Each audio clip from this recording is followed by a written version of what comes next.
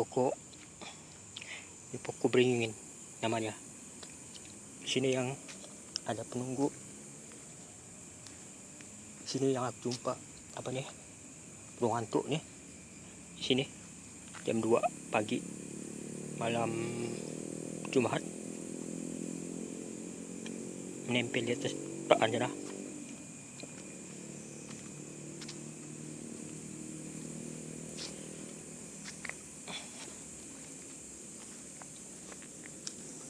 Sekarang jam 12 lebih.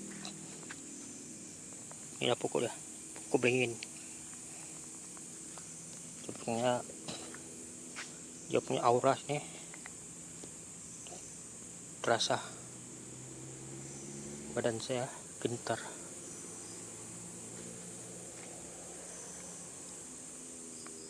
Assalamualaikum. Hadir burung hantu.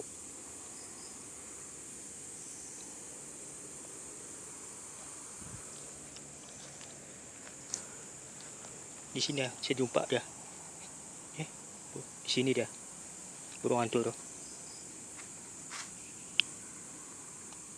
Mungkin dia hadir lewat sedikit subuh gitu.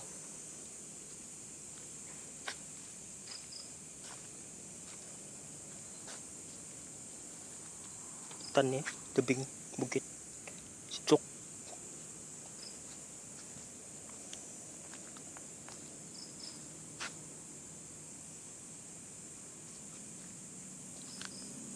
Ini malam akhir Ramadan.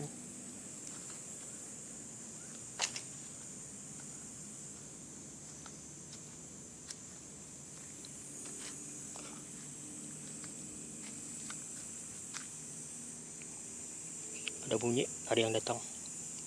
Kalau aku rasakan ada yang datang ya. Banyak betul nih. Sebelah kiri aku nih banyak. Ada yang mendekat nih.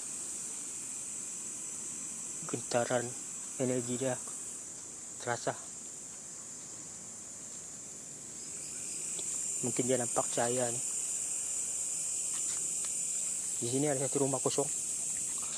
Rumah kosong yang dipercayai, dicerita ataupun yang aku dengar penampakan kunti. Tapi kalau ada satu jiran mimpi, dia bilang di bawah mimpi yang jiran rumah sebelah ini ada orang, padahal rumah itu kosong. Jadi rumah itu saya akan tunjukkan mana satu rumah itu.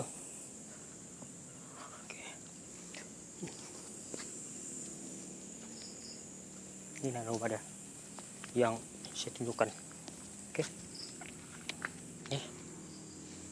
Rumah kosong dijual, tapi tengah tepi. Ini ada penghuni ya. Nah, itu bunyi. Saya dengar bunyi sini. Aura ada sini.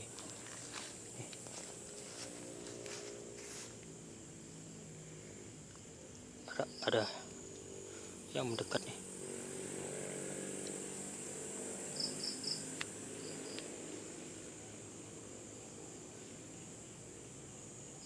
Allahu Akbar. Banyak pergerakan nih. Angin sebelah kiri, tapi kanan tidak angin.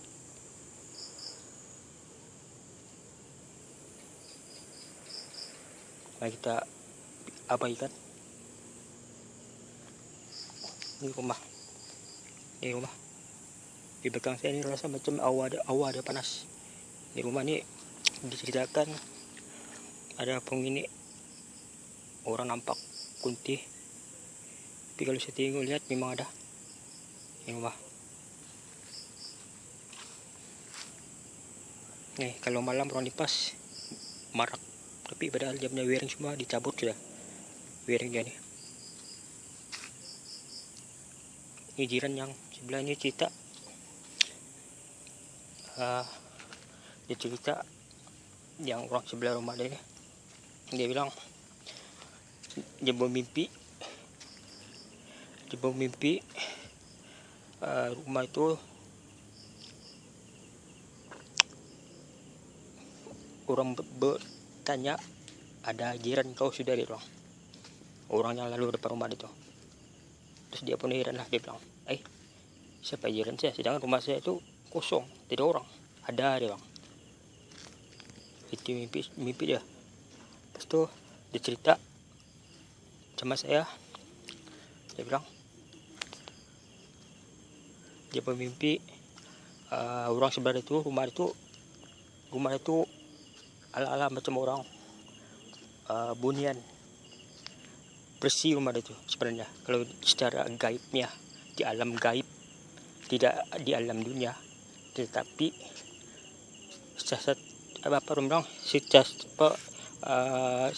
yang mata yang tidak terlihat secara gaib, tempat itu bersih. Rumah itu ada penghuninya, ada keluarga, ada anak, macam kita manusia. Jadi dia bilang cuma mimpi dia jumpa itu, bercerita sama orang sebelah itu, ada keluarga, ada anak, rumahnya bersih, ala-ala macam rumah orang bunian ya.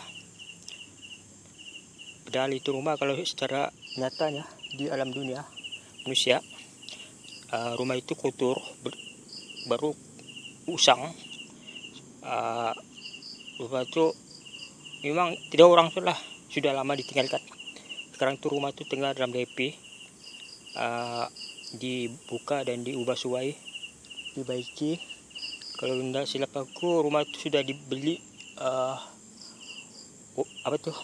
sudah dibeli oleh orang yang menjual pada anggota polis. Dia bilanglah cerita sama aku, itu cerita itu. Jadi itulah cerita dia. Dulu masa aku kecil, cerita ini tentang diri aku juga. Masa kecil di sebelah sana tuh, depan rumah itu ada satu pokok bagus. Dan itu dulu saya betul kecil, memang saya mudah terlihat ataupun mudah ternampak benda-benda gaib wujud. Jadi paling penakut lah. Jadi dulu zaman saya itu udah kecil, pernah nampak pocong. Time itu di pohon bagus tuh ada ayunan tempat orang berehat ataupun istirahat berbaring. Jadi malam tuh saya balik dari dari rumah kawan jam 12. Jadi mau jalan balik tuh tidak teman untuk balik kampung menuju ke rumah. Jadi sambil keputusan saya kena balik, takut keluarga tadi. Jadi saya beranikan diri satu orang dan limpas. Memang ketakutan saya itu memang amat takut lah time itu, masa umur berusia 12 ataupun 11 tahun gitulah, 13 tahun gitu, sekitar gitu. Jadi secara sengaja saya melihat satu, kalau di ayunan tuh orang baling itu nampak berat kan, dia berbaring di atas ayunan tuh, tapi terapung, seolah-olah tidak berat itu ayunan, tapi berbentuk mayat putih. Di situ saya kaget time tuh, saya nampak, terus saya lari pecut sampai rumah. Saya teriak, suruh minta buka pintu, saya panggil mama saya, buka pintu. Itulah saya punya pengalaman masa kecil. Dan kepekaan saya itu sentiasa boleh terlihat benda-benda gaib yang wujud. Sebab kalau diikut cerita, zaman saya umur usia dalam 5-6 tahun, saya pernah hilang.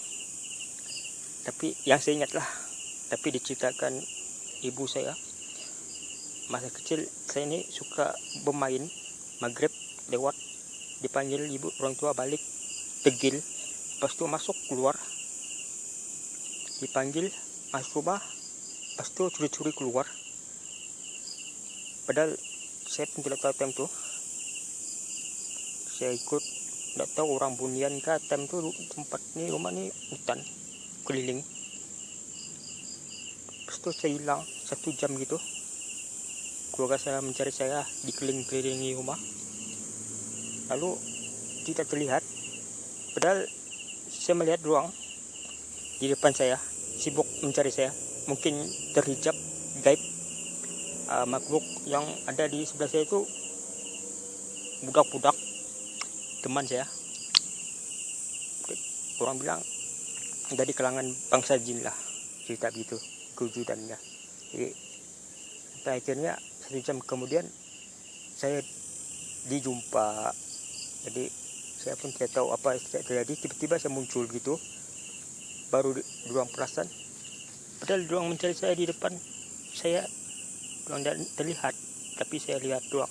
Umpama saya ini penonton melihat panggung wayang, begitulah ceritanya. Kalau diceritakan kisah-kisah pengalaman panjang, banyak pengalaman yang saya melihat benda-benda yang sebegini, bunyian, buat suatu penampakan. Tapi cukuplah sampai sini, nanti episode yang akan datang saya akan kongsikan cerita pengalaman-pengalaman yang tidak terlihat ataupun yang pengalaman yang pernah saya lalui dari zaman kanak-kanak hingga umur saya gini kan. Orang bilang bila umur kita berusia, bila jauh pada Tuhan, kepekaan kita itu makin tertutup nipis. Jadi benda-benda gaib Tuhan makin mengecil lah, orang bilang. Bila alam dunia ini kita lalui mengabaikan perintah ilahi, jadi kelebihan dan kemampuan itu kita itu makin menjauh. Jadi kita terganggu dengan makhluk bisikan, gangguan yang macam ada pergerakan depan sini, serasa macam panas auranya, saya rasa ada yang datang ya. Ini macam mana mau pegang nih, sepegang handphone.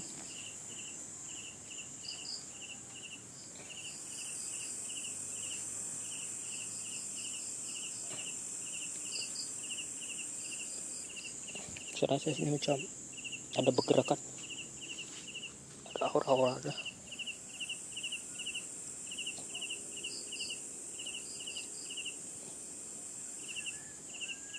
Ada air aja dia menipis, tapi tidak berapa mendekat, kejap lagi tu belakang.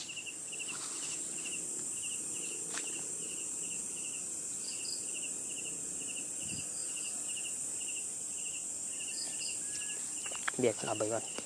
Okey lah, kita jumpa lagi nanti, kita sambung cerita. Sekarang jam dekat jam 1 sudah. Jadi bila kita menjauh daripada Tuhan, kelebihan dan kemampuan kita itu akan mengecil. Orang bilang kepekaan hati kita tu makin kabur, tidak bercahaya. Jadi gangguan bisikan itu sentiasa datang. Saya rasa sini ada aja yang datang mengganggu saya ni. Allahu Akbar, subhanallah. Hadir, jangan mengganggu.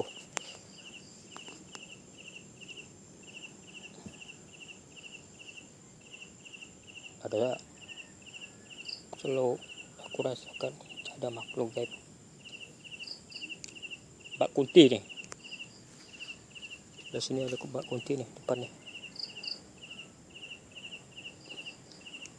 Panas ini aura ni. Dengan bawah sana ada sampah. Tuh. Biarkan dia. Kalau dia mau wujud, kalau tidak mau wujud, jangan mengganggu.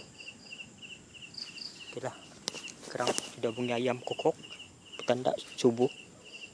Okey, sudah lewat malam. Assalamualaikum, jumpa lagi. Jangan lupa berpuasa dan bersahur.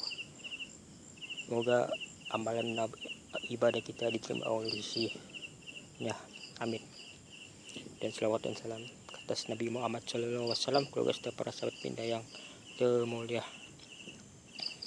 Allahumma sholli ala sayyidina Muhammad sallallahu alaihi wasallam, sallallahu alaihi Muhammad sallallahu alaihi wasallam, sallallahu alaihi Muhammad, sallallahu alaihi wasallam, sallallahu alaihi wasallam.